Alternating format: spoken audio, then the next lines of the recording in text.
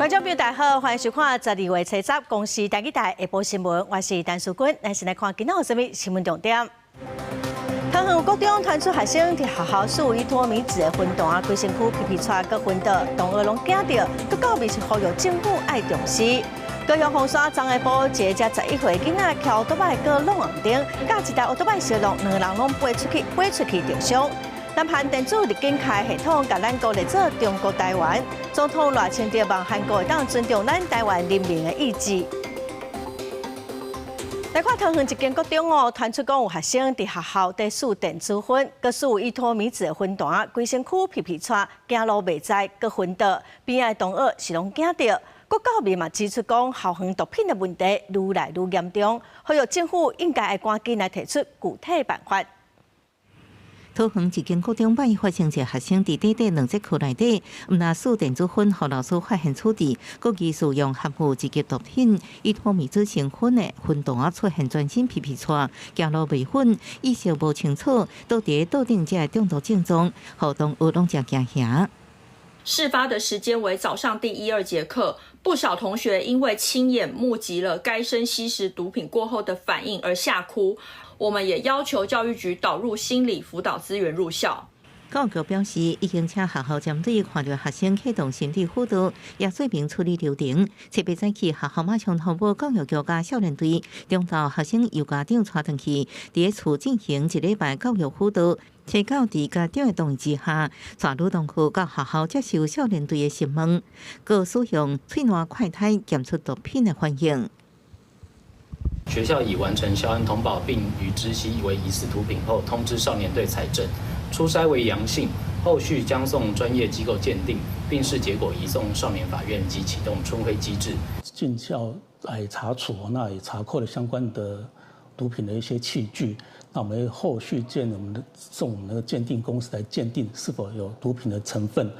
少年队表示，若毒品成分会依照警察定数马上溯源调查。去年到今年，校园警署溯源已经6件做有效以上。国教明批评丧失分弹绝对不是过限，毒品进入校园的空棚继续扩大，呼吁政府赶紧修法，明文禁止学生提电子烟、加在粉顶载具甲分弹，高设立法则加查考依据，互校园的第一线人员用有效做依据。真正落实预防甲保护青少年的健康。记者综合报道。再来看高雄凤山的凤翔路，昨下晡有一台奥多摆冲红灯哦，甲一台奥多摆相撞。警方来处理的时，发现讲这个骑奥多摆冲红灯的驾驶才11岁尔，这实在是伤含咯，会依法来处罚。卖通知家长到案来了解讲，家长敢有同意借奥多摆互这囡仔使用。一只机车骑凤翔路要向南过路口的时，路边台湾区一只机车向弄红灯冲出来，2只车相撞了后，拢摔伫涂骹。这件事故发生伫车到下晡，高雄凤山，看起来真普通的违规事故。警方到场了后，才发现这个弄红灯的姓林的少年人，敢若11岁。杨男、林男2人均擦挫伤，未送医，2人酒测值均为0。初步肇事原因研判为林男闯红灯，详细肇事原因仍需交大判定。无照驾驶，那我们也没办法，那他们家长的问题我们也管不了啊。11岁就骑机车，互民众真无奈。附近的居民表示，姓林的少年人骑的是因老爸送伊的机车，警方会针对姓林的少年人无照驾驶、过弄红灯的行为，按照道交条例开罚。有在地居民反映，事故的路口号志济而且复杂，常常有台湾区的机车看唔到去违规出车祸。在地是 OK， 可是外地来他会看错号志，导致说这边会常常发生重大车祸。正常人来说，一般都会看右边嘛，不会看到左边。那个字一般民众也不会去看，所以一般都会看到右边这边。迄间红灯啊，记者有缘看到有机车违规对凤翔路倒外去经武路，导致互人无煞煞违规的车真多，互当地居民出门拢真注意，希望相关的单位加强处理违规，甲台湾区向南刷到文良东路，并且改善号志来减少事故的发生。公司新闻采访报道。早起哦，台股的指数冲破28000点咯，佮继续在挑战新高。之前咱国安基金八届的进场护盘嘛，赚661亿。有立委就呼吁政府应该比较新加坡，甲赚的钱互全民共享，也是投入健保长照的资源。最近有立委提案，望讲会当来提悬政府护盘的国安基金，对5000亿增加到1条。财政部嘛表示讲，目前一日平均的成交量有6000亿，现在基金的规模后盘开始正食力，所以会来研究。这早台股稳徛28000点，盘中上悬捌来到28361点，期货170点，宽达股台积电挑战1500块大关，以1490块开出，盘中捌上悬来到1495块，起15块只是用来护盘的个人基金，为89年成立到单基金规模500块钱，个人基金委员会建议将个人基金规模为5000亿扩大到1兆。要放宽国安基金借款7000亿限额，你怎么看？5000亿的额度里面，3000亿是四大基金，但四大基金可动用的金额有限，所以大概就是2000亿可以可动用，就是以融资的方式。那因此各界呢，包含我们在国安基金里面的委员，都有这些方面的疑虑，认为适度要扩大基金的规模。为即马规定来看，个人基金会当运用的5000亿资金总额，资金来源包括向公股行库借款的2000亿，另外也有向包括劳保劳退退户、由独政府4大基金借款3000亿。这是台湾股市经济发展加上上市贵公司市值已经涨到97条，是89年设立时的10.5倍。外资持股比重更加升到47%。根据了解，个人基金委员会偏向向银行借款上限调高到7000亿。财政部处长也是个人基金执行秘书的吴清华表示，金融机构贷款能量无问题。事实上，这种规模已经到这种阶段了，市长。你要讲一下过去这个25年前的当时的这个规模2000亿哦，就是可以用的那个2000亿来讲，以目前的这个股市的规模跟外资的这个比重来看，的确在护盘上非常的困难。财政部表示，个人基金委员拢建议应该适度扩大规模，回顾过去个人基金有8摆进场护盘历史，拢总获利661亿。这获利个别安怎使用有立委建议，敢是用伫长照还是其他政策上？吴清华表示，爱个受法建议。公司新闻采访报道。再来看中共这几档拍拼渗透现役个退休的国军，国防部指出讲，中共利用乌道帮派地下钱庄断点公庙，专门针对一寡手头有困难的阿兵哥，所以有将近90成案件嘛是阿兵哥主动来检举的。国防部嘛按算讲，明年1月开始要来办理官兵的急难贷款。中央这几年加大渗透力头，真侪现役退伍官兵被吸收，加做强点。针对中共渗透管道多元，国防部分析，中共利用乌道帮派地下钱庄断点强标，特别锁定在无困难的官兵，用借贷做主要接触入口，推出小额贷款协助处理债务，甚至是债务威胁方式，进一步渗透官兵。以网络接触、小额借贷、债务协助、债务胁迫等方式，诱欺拍摄宣示效忠影片，发展共谍组织及收集国军机密资讯等不法行为。针对反击中共渗透手段，国防部表示，有将近90成案件是官兵主动检举，或者是内部清查发现。今年统计侦破7件强盗案，另外也强化保密措施。今年2月建立接备资格认证制度，强化设备情况安全控管。另外有债务困难的官兵，介护中共渗透，国防部也开办官兵急难贷款，提供合法小额贷款管道。你剩余逾期6个月以上，都可以来贷。原则上，我们是在退伍之前，必须要把你的急难贷款的这个相关的剩余的额度要还清。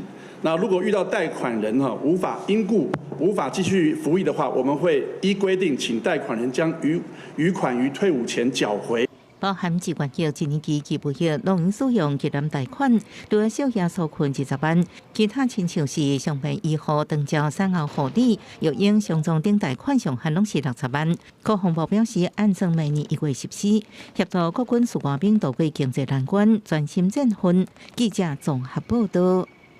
针对南韩电子入境卡系统，甲咱国来做中国台湾，总统赖清德今仔表示讲，望韩国会当来尊重咱台湾人民的意志，敢会拍什么来禁止韩团来台湾来做还债咧？文化部长李婉是无表态，一直强调讲，韩国人应该是有法度来分辨台湾甲中国的差别。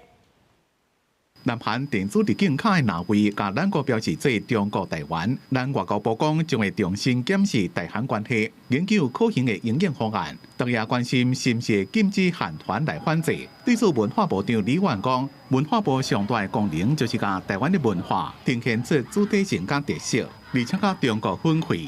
韩国人对台湾的兴趣在这两年非常的高，他们也非常能够区隔台湾就是台湾。中国就是中国，所以就产业立场来讲，文化部会尽量让台湾的文化出去，产生文化外交。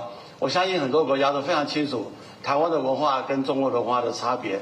李元讲，就文化部的立场，台湾甲韩国之间的文化交流比以前加真多。文青院拄则甲韩国上大的集团签约，未做伙拍以台湾为主的影视作品。总统赖清德讲，台湾甲韩国的民间交流真密切，经贸往来也真多，希望台韩会当维持友好关系，促进两国各方面的合作。我们希望韩国也能够尊重台湾人民的意志，让两国都能够携手前进，稳定区域的和平，同时也能够促进区域的繁荣发展。对中共解放军最近伫日本、南韩周边进行军事骚扰、相关区域的紧张，赖总统讲这是正无适当的行为，也希望中国爱体现大国的责任，和平无价，战争无人是赢的，和平就要靠各方面来促成。记者综合报道。再来看立法院的内政委员会今仔审查宗教基本法的草案，那里是分别提出3个版本。部长刘世峰强调讲，宪法的核心价值就是保障宗教自由，伊是认为无必要搁再制定宗教基本法了。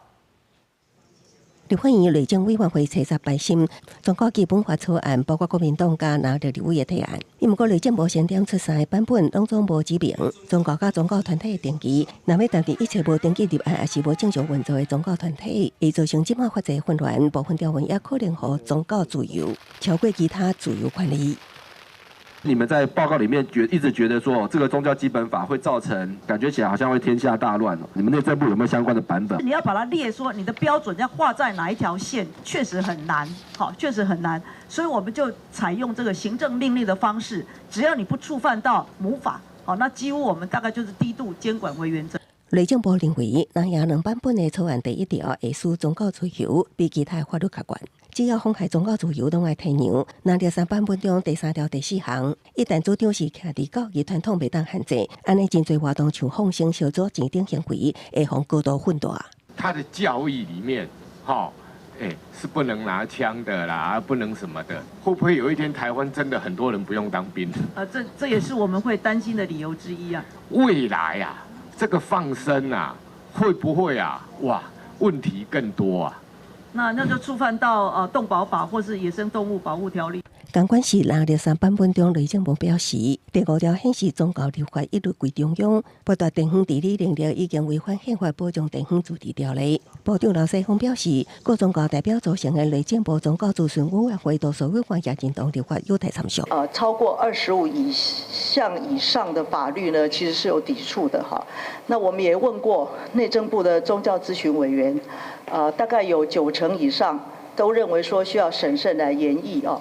不宜贸然就通过。对于调查立委的提案，刘世峰也回应，目前世界上并无以基本法为名来制定宗教基本法的国家，多数拢伫宪法中订定宗教自由保障原则，各地一般法律中来落实，强调迄阶段并无推动立法的必要性甲急迫性。公司新闻采访报道。再来看过去8档哦，咱台湾计共发生84件长期照顾者杀人的案件。新疆团体嘛抗议，因要求讲应该赶紧来修正身心障碍者的权益保障法。今仔日立法院嘛审查各党团提出的4种的版本。卫生福利部嘛表示讲，行政院的版本已经会做最后的修改了。草案会来回应新疆团体的诉求，按算12月底会上立法院审查。伫最近新疆者和照顾的人抬死、断失现状这款代志，就新疆团体最早伫咧行政院大门头前定情抗议，要求全面检视18年无大幅度修正的身心障碍者权益保障法。有立委讲，最近有一位占当人去一间有名的餐厅食饭，业者以电动大埔车占位加收费用引起议论，也互大家看到现场者用餐甲无障碍空间无够的问题。因为它的轮椅比较占空间，所以要2个位置，我们觉得这个是不妥的。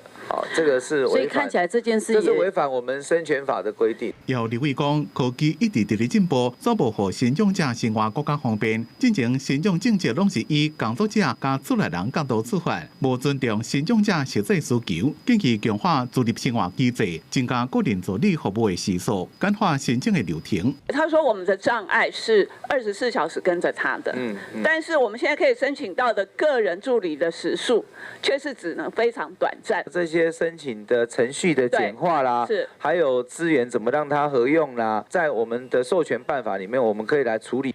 立法院维权委员会催查白新新种权法，验过4个版本拢是党团版本。卫生部长石崇良强调，行政院的版本审查已经即要结束，上紧12月底会送立法院审议。修法的重点包括做到通用设计、强化自立生活、身障机构管理等4大重点。对不同对待也有相关的法则。记者综合报道。之前基隆的自来水受到污染，有18万户受影响。今仔早起，经济部甲环境部开记者会，指出讲这污染应该是单一事件，嘛已经掌握污染源，检调等个调查。台水公司嘛表示讲，基隆河的水源的检验拢合格，按算会分2阶段开始来供水。第一阶段明仔早起8点会开始供水。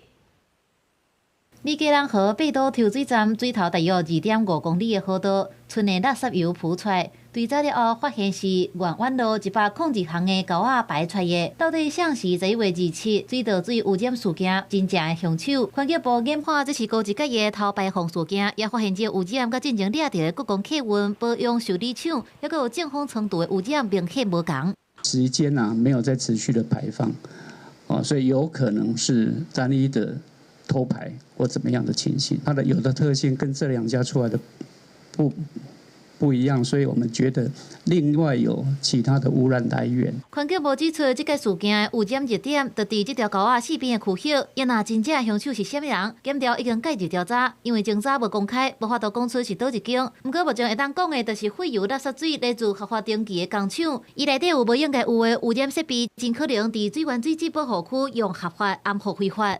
掌握了一些特定的对象，后续呢？我们会督导环保局依法跟相关的法规做相关的一个停工跟拆除相关设备的要求。27透早发生污染较大，基隆河水质目前检验拢下标准。台水公司拍算分阶段取水，第一阶段伫11透早开始取水，不过暗时唔取，降低风险。检验了若无问题，才恢复规工的取水。观察检测，如果这2天都很正常，没有油气味，我们才会启动第2阶段。那第2阶段就是全日来互抽。基隆市长谢国良表示，还未接到水公司通知要恢复取水，也拢唔知影中央部会开记者会的内容。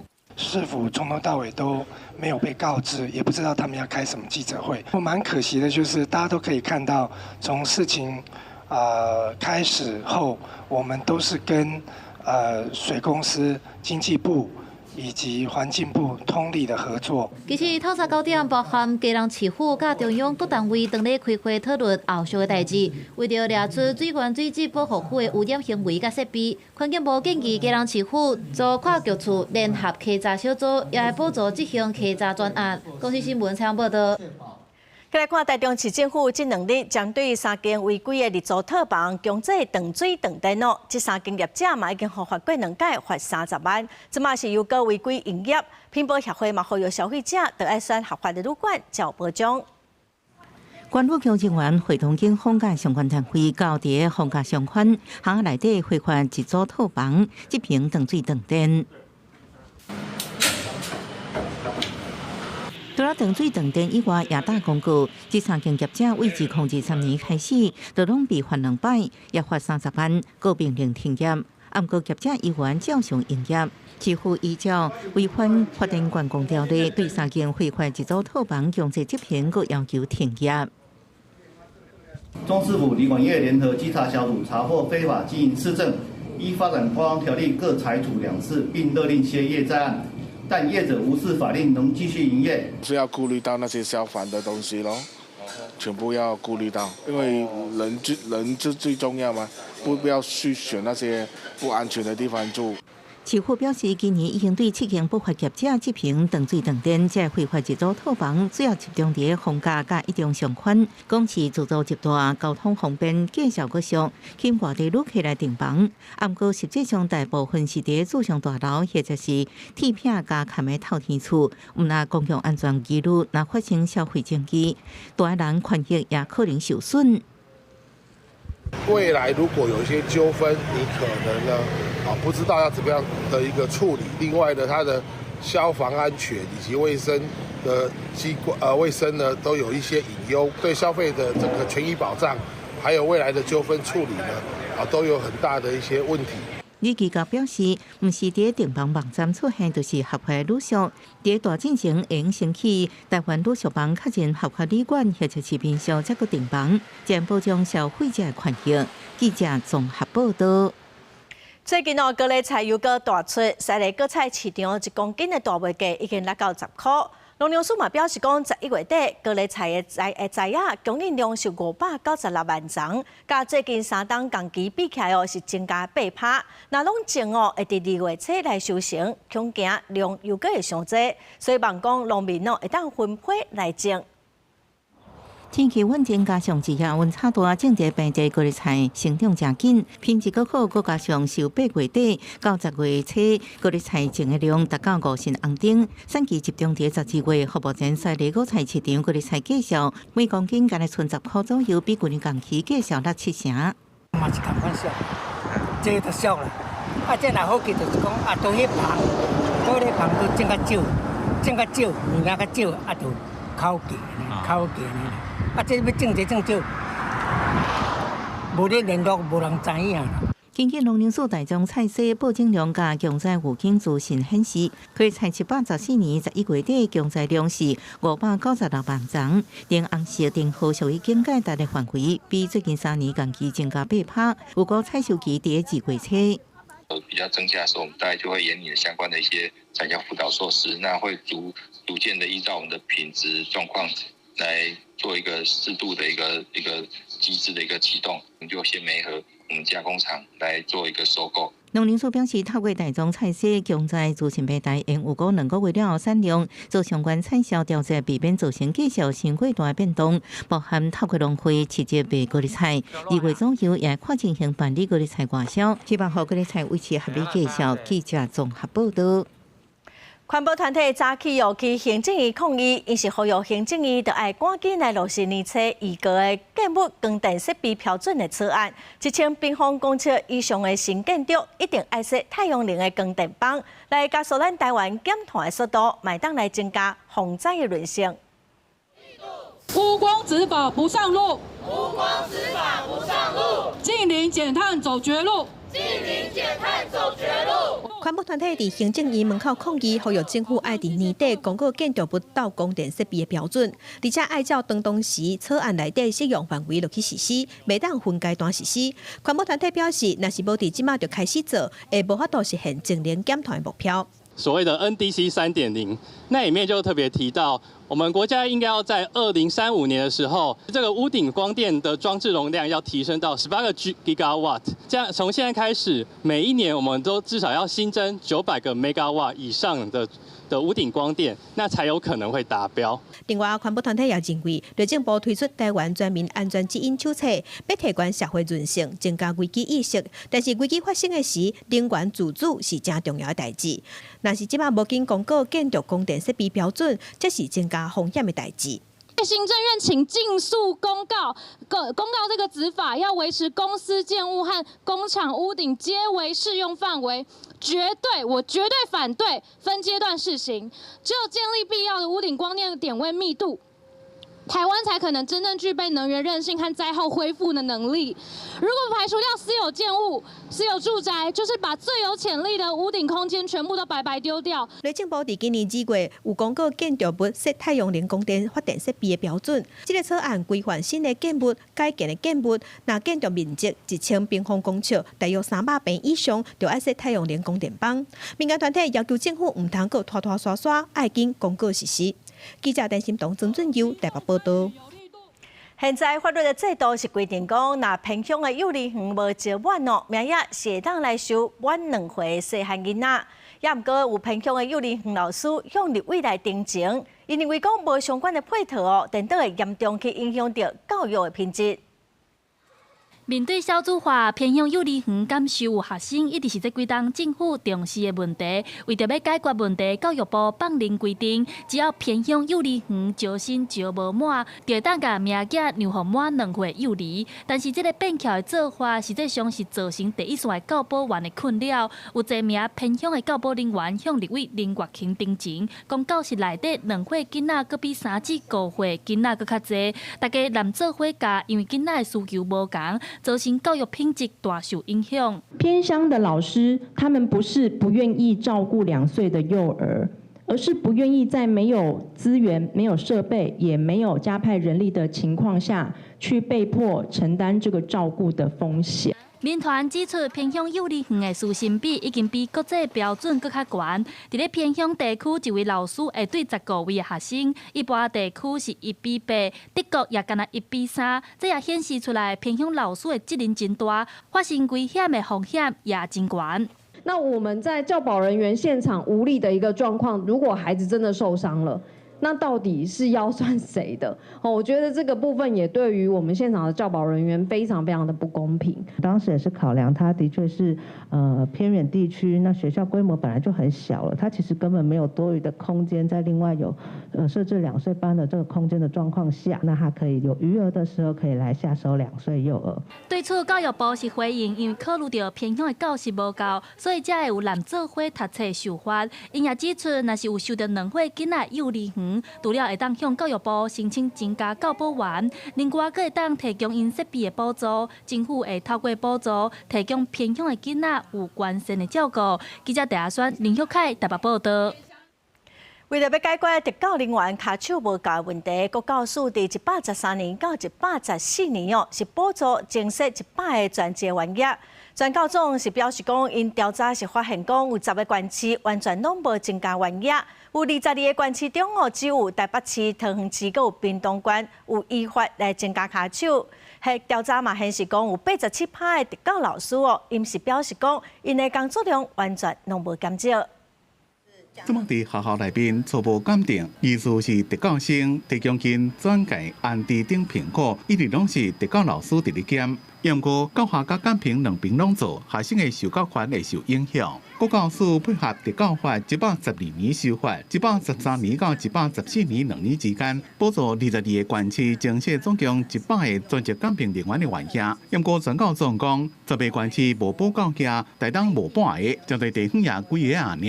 县市政府是否增置专职评审人员？各位看一下，80%以上是没有。那目前我们调查的有增置的。自己有增置就只有3个县市：台北、桃园跟屏东。专职监评员的员额无够，所以有87个第一线特教老师，讲因的监评工作量无减少。专教总共像贵人113到114年总共补2位专职的监评人员，不过113年一年就1000多案，2个监评人员哪有可能做会完？基隆已经算是比较相对规模比较小的县市，它1年都有1000多个，所以你可以想见一些比较大的直辖县市，我相信一个学年破万绝对不是问题。国教署补助各个县市，这2年下来，最多单一县市也不过拿到10个专职监评。对专教总调查讲，国教署和台东2位专职监评人员拢无补，教育处长蔡必尧定情已经就业聘用。因为就是用国教署提供的金额来聘请人力，就聘足了啦。对，台东这边有没有可能自行增置呢？其实我们可以再来研议跟评估啦，持续跟我们的特教老师再来做对话。全国总讲，专职检评人员制度已经推送1年多，只有专职检评人员的只敢58.6%，新增过专职检评职员的也只敢10.9%。检评台股甲去年比，做到会的拢有提升。不过只敢兼任检评人员，依法互因实际会是100%有达成。希望中央甲地方依法正式专职的检评人员，赶紧做到台股保障。记者综合报道。台北营总的台东会议这个月开始为新心科的朋友来成立洗车队，提供民众洗车的服务。希望各会当来提供朋友工作的机会，有真侪民众拢用行动来洗车支持。这支洗车队的名叫做婴仔洗车队，由台北营总台东会医院的职能治疗团队协助心身科的朋友成立，目前有3位朋友做沙工，并自早起9点到11点半，伫员工停车场提供洗车服务。这个月才都营运，都有不少民众来洗车。方便啦，而且又不用找停车位。想说帮助他们啊，因为他们就在这边洗车也蛮辛苦，然后我们也都在这里上班了。洗车队员洗车的动作真标准，摕海绵细腻的清洗车的每一个表格，接落来用手工拍蜡，将车洗甲真清气。治疗师讲，心身科的朋友治疗了后，要回到社会，定面临救济困难的问题。也毋过用洗车的智能福建，佮加上学习甲车主沟通，对因重返职场真有帮助。像其实洗车，它就是一个比较重复性，然后只要学起来了，其实重复操作就可以完成的工作。台北营总台东会议表示，机车甲汽车拢会当来洗车，这项洗车服务是非营利性质，主要提供朋友福建，收费依照车辆大小，为50至200块，扣除成本了后，剩的钱才交予身心科朋友做工资，互因更加增强回到社会工作的信心。公视新闻采访报道。国际新闻来看，原本初10要伫挪威举办的诺贝尔和平奖颁奖典礼，伫颁奖前的记者会，因为今年的得奖者委内瑞拉反对派领袖马查多，主办单位拢找无人，所以这记者会临时取消。诺贝尔委员会是表示讲，嘛唔知伊人到底伫对。另外，伫颁奖的会场外口，有民众是抗议讲，伊支持美国伫加勒比海的军事行动，无资格得奖。Que ya no es hermana. Lo digo cortito solamente para saber si es que ya llegó María Corina. 诺贝尔和平奖得主委内瑞拉反对派领袖马查多的出来人已经到奥斯陆，最高下昼的记者会临时取消，无讲为什么。马查多自委内瑞拉有登记的2004年选举了就开始密起，到昨嘛已经超过1年无公开出现。虽然不时伫社群媒体看影片，拢无讲人伫倒。She has said that she will be here for the celebrations. I don't know how she is traveling. I don't know when she is arriving, but I'm still banking on the fact that she will be here in time for the celebrations. 诺贝尔委员会讲，马查多北讲，比起挪威这段路有真侪挑战，不过典礼会照常举行。到时若人无来，就继续代替领奖演讲。即讲伫奥斯陆会场外口，示威民众由布条抗议顶头车好一个人。She has supported the American actions outside Venezuela against civilians, bombing the boats.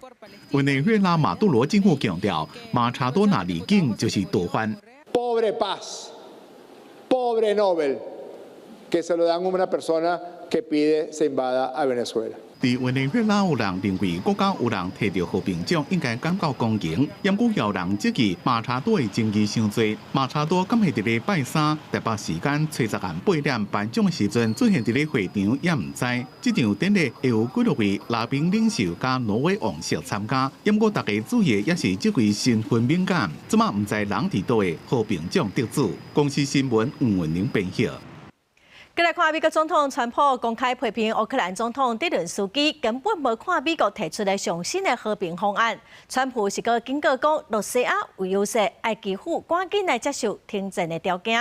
泽连斯基上新的回应是表示讲，和平方案的内容又修改了，最近对交予美国甲欧洲的盟友。伊嘛强调讲，会来修改战时选举法，望讲会当透过民主的程序来回应外界的质疑。美国总统川普伫接受政治新闻网 Politico 访问的时，话讲足白，认为伫这场连续4天的战争里，俄罗斯是较大的国家，嘛掌握谈判的赢面。强调规模早晚的讲话，暗示乌克兰伫战场上已经失利。面对主持人追问，川普甲和平方案无进展的责任寄向泽伦斯基。讲乌克兰团队的高层将领拢真介意这份提案，但是总统本人到昨拢还未读完这个最新的版本。Well, he's got to read the proposal. He hadn't hasn't read it yet. 在强烈的压力之下，泽伦斯基选择公开说明和平方案的最新版本。伊证实目前手里其实有3份小牵连的文件。伊加车集甲调整后的文本正式送交华府。另外一方面，伊头摆正面回应证实选举争议，强调如果美国和欧洲愿意协助提供投票安全，而且帮助乌克兰国会修改正式选举法，伊个人完全准备好，愿意伫60到90天内带领国家重新投票，用民主定数回应外界质疑。Питання виборів в Україні, мені здається, передусім залежить від нашого народу. І це питання народу України, а не народу інших держав.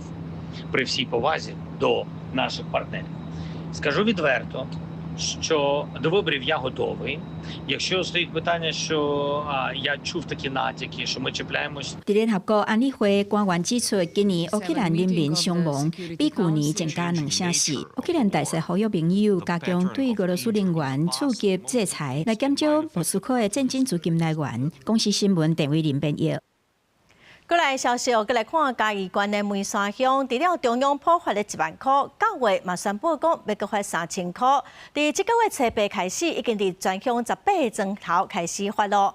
另外，嘉義市原本要補發3000塊，這嘛是要增加到6000塊。預算案嘛已經送到議會審議咯。上緊明年農曆過年之前，嘉義市民就有法度摕到6000塊的紅包。鄉公所人員確認戶口的資料了後，梅山鄉的村民就會當領到鄉公所補發基本的3000塊，領到這個紅包的民眾攏真歡喜，會當佇過年之前摕出來，佫增加一寡家用。我這3000來互咱鄉親多少有點一點補償希望大家有這個領3000的，大家當過一個好年安尼。買3塊，個買厝內用的，可能會用在小孩身上吧。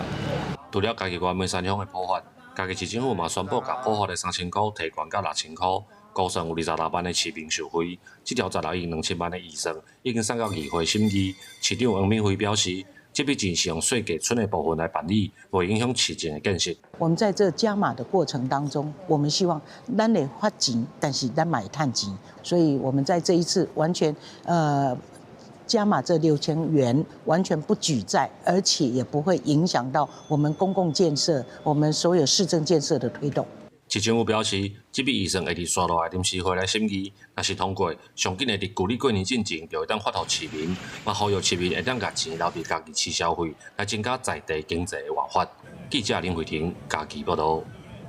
交通部公路局是規定講，明年的5月開始，滿70歲時段就要體檢通過，佮愛上課，才會當換駕照，就會當用到75歲哦。再來3檔換一屆。也毋過最近哦，中華監理站是未少時段趕來要換駕照，監理站是強調講，民眾哦是毋免提早來換，監理單位會主動來通知，接到通知才來換就好。這個月初2，佇中華保心有一位84歲姓陳的民眾騎機車，雄雄切入大線北倒彎，直接撞到一台救護車。台灣這幾年袂少濟歲人發生車禍，為着降低高齡駕駛交通意外發生率，交通部明年5月開始要實施高齡駕駛換駕照的新制度。但是網絡刷風聲講，今年底進前去換駕照，得當用到75歲的錯誤消息。明年70啊，看網絡啊，啥物咧講啊，我提早來啦，說叫要去換，我提早換講袂用嘅。聽講70歲，安尼較好啦，較安全啦。中華監理站最近接觸一成的人來問高齡換駕照的代誌，就是因為網絡咧傳，趁年底進前換駕照得當用到75歲，監理站嘛特別出面補回，即陣來換駕照只是加開錢，明年5月新制度實施，滿70歲民眾接到監理站通知，才來換駕照就會使。你70岁驾照，等监理站的通知就会使。你即马60几岁来换，到70岁时阵，我嘛是个会通知你来换驾照。另外，我嘛要呼吁咱民众吼，总讲你即马有驾照，但是未用到迄个驾照时阵，我嘛欢迎讲民众甲驾照交到阮监理站，鼓励大家来搭乘迄个大众运输，吼，互咱的交通安全吼，更加顺利安尼。根据交通部的新规定，每年5月开始，满70岁时段通过体检、上课、换驾照了，会当用到75岁；满75岁时段，依期3年换驾照的规定。中华监理站表示，时到会一个一个寄挂号通知，民众无需要即阵提早到监理站换驾照。记者杨淑静中华报道。屏东西乡大高线442公里的所在哦，伫车北有一台货车伫双黄线超车去弄到同行的奥多拜，货车的驾驶佮桥多拜民众是冤家相骂哦，佮甲影片放伫网络顶头。有民众看影片哦，是质疑讲警方在做酒测的时阵，无按照标准的流程。也毋过，警方嘛强调讲酒测的过程是无问题。几落台同行奥多拜的车顶要起步，雄雄一台货车对后壁驶来，就弄倒停伫上头前的奥多拜。姓施的查甫人骑车倒去，人跋倒侧伤。货车的驾驶把车驶到路边停，一落车。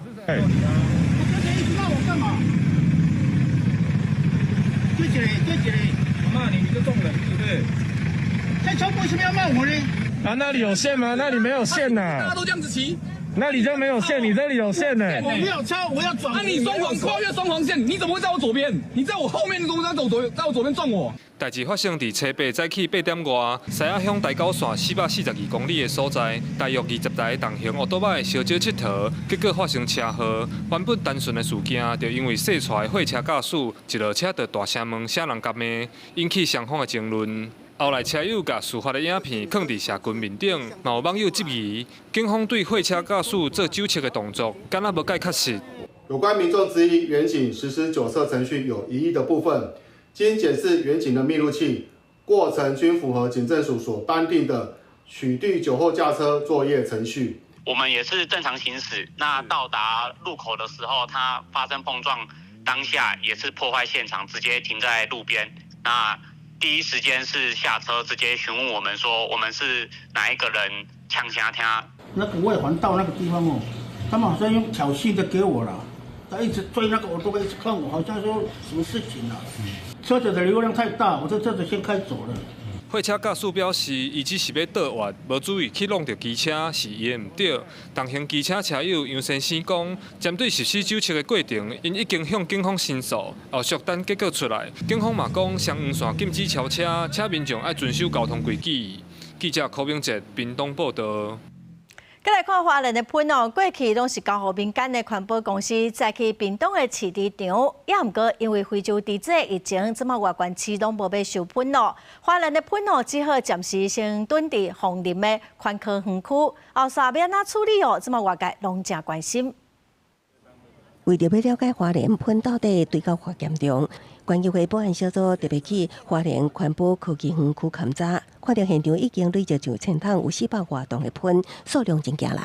这都灾区啦，可是我们这边厨余场这个道路，我们有把它清出来哦，我们自己全县的厨余要处理。环保局强调，马太阳街大水灾了后，大量土沙冲伫环保科技园区，造成设备受损，喷场停止几个礼拜，加上全国禁用喷气体了后，原本要外送屏东的喷也无法度继续这安尼累积。那我们目前规划在半年内，我们大概会新设2套的一个快速发酵设备，跟1套的黑水虻的一个生物处理的模式，来协助我们全县的一个厨余的处理跟去化能力。也毋过，管委员认为132年了后，全国拢会禁用喷气体，所以花莲下面临的是要安怎全面去化，加上喷处理费用，互业者感觉压力，要求政府爱重视。目前坊间大约跟这个餐厅业者收费是1公斤1.5块至2块左右。你送到环科，以之前的计价方式要到1公斤2.5元。以上，那当然这中间还不包含这个人事成本、运输成本等等。我们也不知道现在收费到底要怎么计价，只能一直载下去，心里就会觉得哇，已经1000多桶在那边了，那根本就不知道到底要付多少钱。环保局表示，花莲的喷量加好一日大约21吨，输液喷量一日大约40吨。目前环科修复了后，一日会当处理喷的量大约是30吨，收费标准会搁重新评估定价方式。公视新闻采访报道。高雄的寿山动物园有一只13岁的非洲狮猫，最近有获了动物园是甲屏东科技大学合作，利用电脑断层来检查。结果检查是发现讲，可能是一寡妇科的镜头哦。伫检查了后，嘛佮送转去动物园来继续观察咯。4个查甫人做规对车顶看看，甲一卡铁笼啊搬落来，大家动作拢真细致。因为笼仔内底关的是一只非洲狮猫布雷，准备要送入去检查室做电脑断层检查。寿山动物园表示，已经13个布雷，8月份小煞出现血尿甲阴道分泌物无正常的状况。因为园区的电工无在调对这款大型动物做详细检查，因此就甲滨科大动物病院合作，送来屏东做全新的健康检查，可以全身的去扫描它，就是3D 立体的整个器官的构造跟它的疾病的状况这样子。那因为大型动物在麻醉的时候，我们会非常需要很多的人力，像搬运啊，或者是有一些摆位啊。狮仔把最好势了后，就可以倒去检查平台顶悬，准备送入去做电脑断层。并科大表示，这台电脑断层到过才拄买，配合的检查平台会当承受300公斤重，是国内兽医界唯一一台，轻轻松松就会当对101公斤重的非洲狮做检查。包括老师、学生、兽医师，拢总出动22位工作人员，大家分工合作，透过影像的判断来评估进一步的治疗方式。原先我们最担心的是子宫蓄脓，那因为它是属于比较急症的部分，可能就要当场手术做处理。但是检查影像结果看起来似乎不太像子宫蓄脓，有可能是子宫阴道长了一些东西。动物园表示，找到挖头的时阵完成检查，但布雷麻醉较摕，就起行回来寿山。目前布雷食食、活动力拢正常。今仔日早起冒出来电视区甲游客见面，等待检查报告出来了后，会甲并科大讨论做进一步的治疗。记者柯宾斯柯家族柯超雄综合报道。有一款红叫做酷鱼火箭的外来种的鱼。酷雀鳝，互民众放杀咯。最近佮出现伫嘉义六卡的一个鳖仔，佮甲鳖仔内底的鱼仔拢食了了。昨下晡找歌手来甲这只鱼仔钓起来，来甲伊处理掉。嘉义县的农业处嘛提醒讲，就唔通乌白放杀动物，若互抓到，会依照动保法来处罚。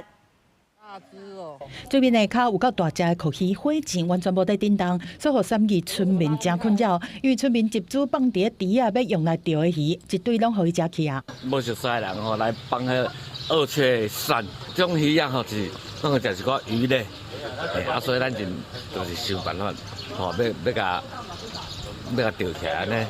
这种观赏用的外来种酷鱼火箭，方启用伫个嘉义六卡向这个池仔内面，为着要解决问题，当地咖啡业者以1个月免钱的咖啡做奖品，一个里程是伫个池仔边等要3点钟，用假字甲绳，落尾伫个大家画像车内面，抛出这只长15公分、16公斤的酷鱼火箭。它还有更大的，可是这只因为它可能那个变形了，身体变形，然后造成它的体型不是很大。但是伫个嘉义今年2月，嘛有高雄的钓客伫一个河蟹钓到195公分长的酷鱼火箭。酷鱼火箭本地的名是2雀鳝，主要是分布伫个北美洲南部流域。伊的喙对头前捅出来，顶海下海拢是食来的喙齿，体重上大3公尺，是真歹的食肉鱼。那入侵恐惊威胁当地水域的生态。吃非常多的那个活饵，所以很多人没有办法负担了以后就把它弃养。那弃养以后，它到那个我们的稀有鱼类稀有水域的时候呢，它基本上会吃掉所有任何它看到的小鱼。解决池仔的问题虽然欢喜，但是民众乌白弃养的行为，唔但是威胁到水域的生态，佫会互酷鱼火箭无命。农业处嘛提醒讲，经过人工弃养的野生动物，袂当凊彩来野放，无会当照野保法罚伊5万到25万。若是有危害生态环境的可能，上悬会当罚伊250万。记者综合报道。新竹县台湾吊桥今年4月，互行政院公共工程委员会检测认定讲是需要赶紧维修的危桥。乡公所即马是已经甲吊桥封起来，禁止通行。也毋过因为无经费通过修理哦，观光客是感觉真可惜，当地店家生意嘛受到影响。原底应该是观光景点的吊桥，即马煞互阿蒙头护拿甲铁网啊扎起来，边仔阁有禁止通行的告示。新竹县台湾吊桥超过40年的历史，今年4月，互公共工程委员会公告做危险桥梁了后，到今也未修复，也影响到当地观光。它本来是一个景点嘛，哈，那这样子的情况之下，就是会少了一个可以逛的东西了。那吊桥一停掉了哈，对我们整个商圈而言呢，都影响真的非常非常大，尤其是商圈吊桥对面那几个店家、咖啡厅跟露营区。他们一直都在埋怨说，因为这也是他们很重要的吸引他们的卖点。相关单位表示，台湾吊桥修复工程除了爱换更色，甲吊桥顶悬的房仔以外，还有桥墩，差不多爱开3500万的预算。地方政府表示，这条钱对地方来讲实在有困难。里面它是算极度危险的一个桥梁的，所以呢，为了整个的游客、旅客还有乡亲们的安全，我们不得不做封闭桥梁的这个动作。跟县长来争取一些经费，来配合我们自己的乡公所的公库，我们开公库来协助。一人我是希望一人一半，所以一人有1500万到1600万。请公所先做初步的检测，以及估算未来施工所需要的经费哈。那因为到目前公所还没有提出资料哈，不邀请公所到县府来开会研商后续的处理事宜。新一关交通处表示，接下去会找乡公所做伙开会讨论，只要乡公所提出计划，就当用灾害准备金来补助，希望量早予台湾吊桥重现过去的光彩。记者刘君和新潮报道。一冬一代热力滚滚的艋舺大拜拜，青山王文化节昨下晡起价，开始2天的暗访，第3天是正日。艋舺的人是吵哦，今年北港妈嘛专工对婚礼坐火车来到台北，庆祝青山宫建庙170年。再次用我们最响亮掌声，恭请临安尊王出庙。艋舺青山宫伫咧拜二下晡举行起价，展开为期3天的廖境活动。今年拄好是青山宫建庙170周年，宫庙扩大举办规模搁较大，对半暝闹热甲铁光，除了有暗访，阁有26台的精灵结果车，庙方预估活动会有10万人参加。我细汉都在艋舺大汉的啦，我20几个去美国读书，就一直都在做事安尼啊。因为我想说已经60几岁了，很久没有看到艋舺大拜拜。今年妈祖冇啦，北港妈祖来啊。所以你特别来看的哟。我逐年拢有来看。我们是像165、170都很大。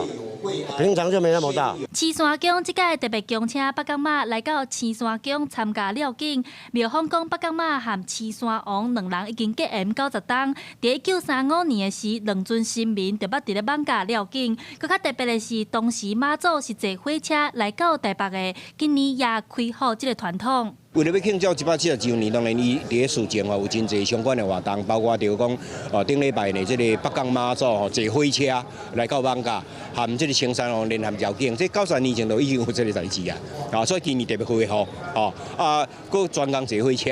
青山王是一位对抗瘟疫的神，伫咧艋舺历史上有4届重大疫情。第一届就是1854年的瘟疫，1917年鸟鼠仔病，2003年的 SARS 和2019年的新冠疫情。艋舺居民拢伫咧青山王的庇佑之下平安度过。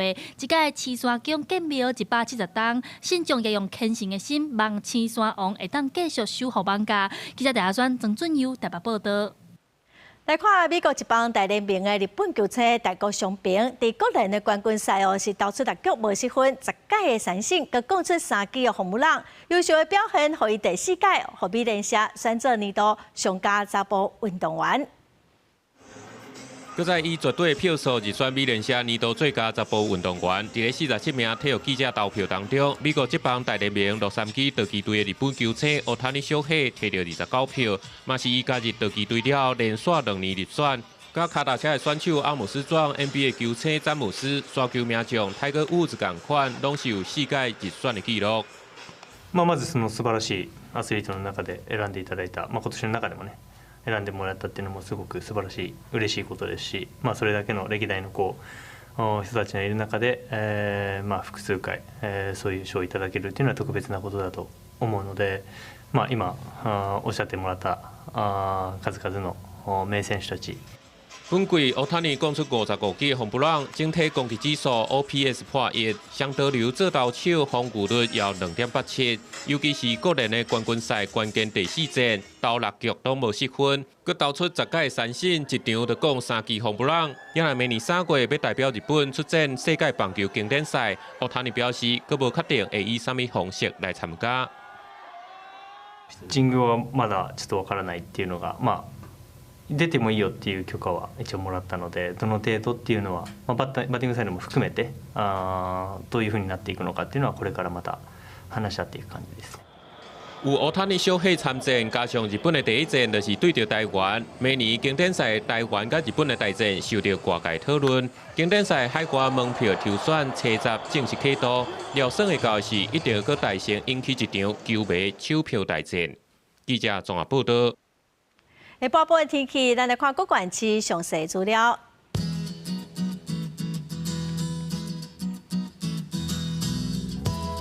北部地区上低20度，上悬27度；